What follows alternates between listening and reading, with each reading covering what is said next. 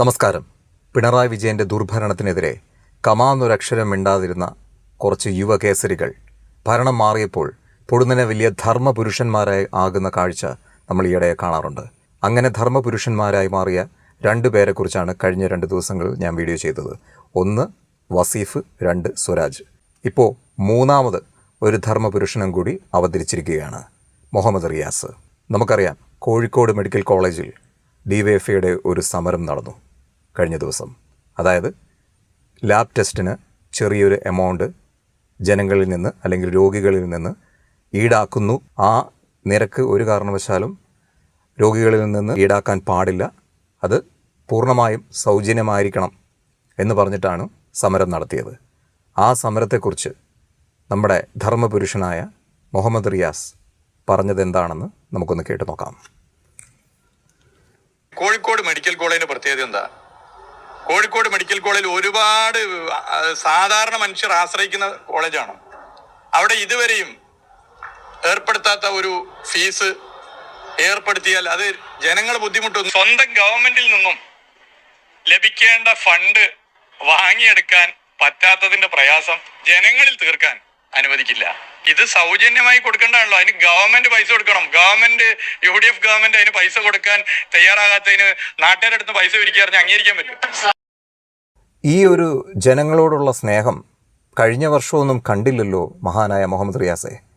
നിങ്ങളുടെ അനുഭാവിയായ, അതായത് ഇടതുപക്ഷ അനുഭാവിയായ ഒരു ഡോക്ടർ തിരുവനന്തപുരം മെഡിക്കൽ കോളേജിൽ യൂറോളജിസ്റ്റായിട്ട് ജോലി ചെയ്യുന്ന, യൂറോളജി ഹെഡായിട്ട് ജോലി ചെയ്തിരുന്ന, ഇപ്പോഴും ആണോന്ന് എനിക്കറിയില്ല, ആ സമയത്ത് അദ്ദേഹം യൂറോളജി ഹെഡായിരുന്നു, ഡോക്ടർ ഹാരിസ് ചിറക്കിൽ. അദ്ദേഹം ഒരു കാര്യം പറഞ്ഞിട്ടുണ്ടായിരുന്നു. വളരെ വികാരാധീനനായി അദ്ദേഹം അവിടുത്തെ ദയനീയ അവസ്ഥ, തിരുവനന്തപുരം മെഡിക്കൽ കോളേജിലെ ദയനീയമായൊരവസ്ഥ പറഞ്ഞിട്ടുണ്ടായിരുന്നു. അത് ഒന്ന് താങ്കളെ വീണ്ടും കേൾപ്പിക്കാം. മുടങ്ങാത്തതിന്റെ ഒരു രഹസ്യം അത് ഇന്നലെ ഞാൻ പറഞ്ഞിരുന്നു. ഇത് പല ഉപകരണങ്ങളും പേഷ്യൻസ് തന്നെ വാങ്ങിച്ചു തരികയാണ്. ഇപ്പോൾ രോഗികൾ തന്നെ വാങ്ങിച്ചു തരികയാണ്.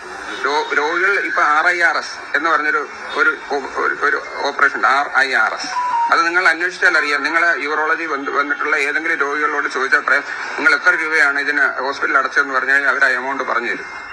ഞാൻ കള്ളം പറയുന്നതാണോന്ന് അറിയാൻ. അത് അവരുടെ കയ്യിൽ നിന്ന് പിരിച്ച് നമ്മളെ ഓരോ ഉപകരണം കമ്പനിയിൽ നിന്ന് ഞാൻ വാങ്ങിച്ചിട്ട് ആ പൈസ അവരെ ഷെയർ ചെയ്ത് കമ്പനിക്ക് അടയ്ക്കുകയാണ്. ഇങ്ങനെയാണ് RIRS അറിഞ്ഞാൽ ശസ്ത്രക്രിയ നടന്നു പോകുന്നത്. അത് സർക്കാരിനല്ല, ഞാൻ അധികാരികൾക്ക് ഞാൻ RIRS അറിഞ്ഞ ഉപകരണം ആവശ്യത്തിന് വാങ്ങിച്ചു തരണമെന്ന് പറഞ്ഞിട്ട് പല പ്രാവശ്യം അറിയിച്ചിട്ടുള്ളതാണ്. എനിക്ക് മുമ്പിരുന്ന ഹെഡ് ഓഫ് ഡിപ്പാർട്ട്മെന്റ് അറിയിച്ചിട്ടുള്ളതാണ്. അതിന്റെ കടലാസുകളൊക്കെ ഉണ്ട്. അതിനൊന്നും ഒരു പ്രാവശ്യം പോലും ഒരു സ്കോപ്പ് പോലും അവർ വാങ്ങിച്ചു തന്നിട്ടില്ല. ഇത് രോഗികൾ തന്നെയാണ് വാങ്ങിച്ചു തരുന്നത്, നമ്മൾ ശസ്ത്രക്രിയ ചെയ്ത് കൊടുക്കുന്നത്. അതുകൊണ്ടാണ് ഓപ്പറേഷൻ മുടങ്ങാതെ പോകുന്നത്. കേട്ടല്ലോ, ഓപ്പറേഷൻ മുടങ്ങാതെ പൊക്കോണ്ടിരുന്നത് രോഗികൾ ശസ്ത്രക്രിയക്കുള്ള ഉപകരണങ്ങൾ വാങ്ങി നൽകിയതുകൊണ്ടാണെന്ന് ഡോക്ടർ, ഇടതുപക്ഷ അനുഭാവിയായ ഡോക്ടർ ഹാരിസ് ചിറക്കിൽ പറയുകയാണ്. അന്നേരം ഈ മഹാനായ മുഹമ്മദ് റിയാസിനെ അന്ന് കണ്ടിട്ടില്ല.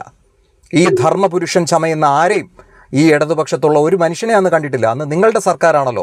അപ്പോൾ എന്ത് വൃത്തികേട് നടന്നാലും നിങ്ങളതൊക്കെ കണ്ടില്ലെന്ന് നടിക്കും. ഇപ്പോൾ പുതിയ സർക്കാർ കയറിയിട്ട് 3 മാസമേ ആയിട്ടുള്ളൂ.